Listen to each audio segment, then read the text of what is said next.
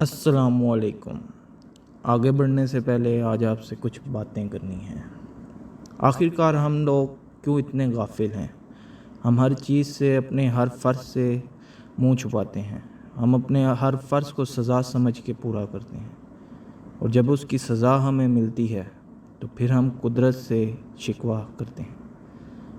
آخر یہ غلطیاں سب ہماری ہیں۔ ہم ایک کہانی کو کہانی سمجھ کے بھول جاتے ہیں۔ ہم اس سے کوئی نتیجہ کیوں نہیں اخذ کرتے، کچھ سیکھتے کیوں نہیں ہیں؟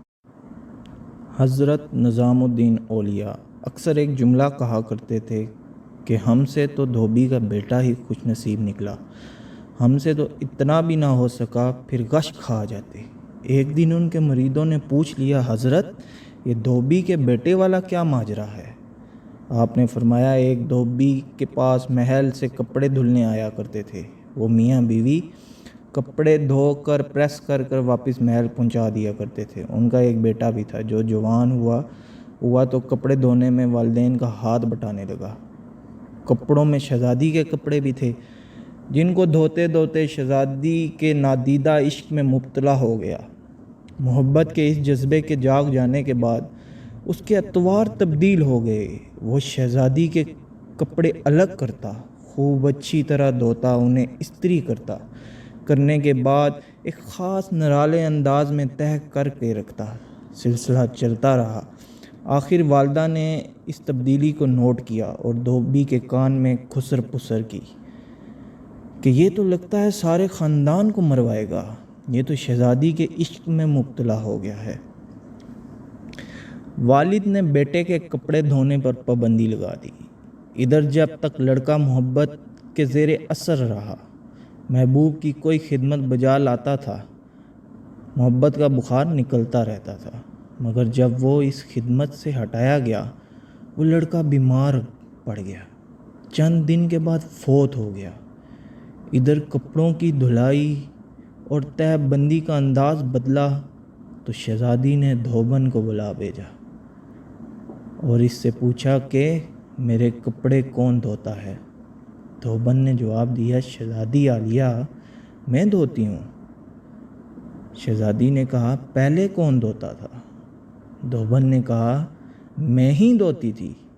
شہزادی نے اسے کہا کہ یہ کپڑا تہہ کرو۔ اب دھوبن سے ویسے تہہ نہیں ہوتا تھا۔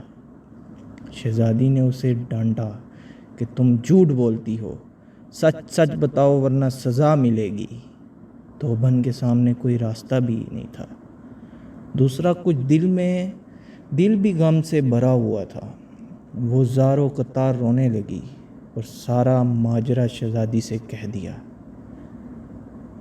شہزادی یہ سب کچھ سن کر سناٹے میں آ گئی۔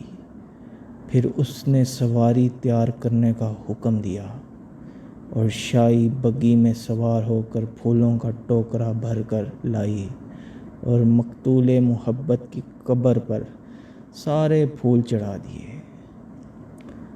زندگی بھر اس کا یہ معمول رہا۔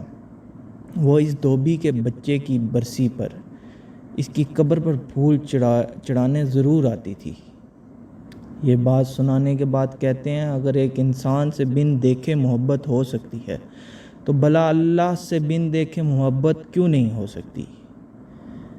ایک انسان سے محبت اگر انسان کے مزاج میں تبدیلی لا سکتی ہے اور وہ اپنی پوری صلاحیت اور محبت اس کے کپڑے دھونے میں بروکار لا سکتا ہے، تو کیا ہم لوگ اللہ سے اپنی محبت کو اس کی نماز پڑھنے میں اس طرح دل و جان سے استعمال نہیں کر سکتے؟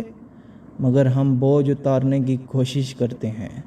اگر شہزادی محبت سے طے شدہ کپڑوں کے انداز کو پہچان سکتی ہے تو کیا رب کریم کی محبت سے پڑھائی گئی نماز اور پیچھا چھڑانے والی نماز کو سمجھنے سے عاجز ہے؟ حضرت نظام الدین اولیاء پھر فرمانے لگے، وہ دھوبی کا بچہ اس سے کامیاب ہے کہ اس کی محبت کو قبول کر لیا گیا، جبکہ ہمارے انجام کا کوئی پتہ نہیں، قبول ہوگی یا منہ پر مار دی جائے گی۔ اللہ جس طرح ایمان اور نماز روزے کا مطالبہ کرتا ہے، اسی طرح محبت کا بھی تقاضا کرتا ہے۔ یہ کوئی متحسب نہیں، فرض ہے، مگر ہم غافل ہیں۔ شکریہ۔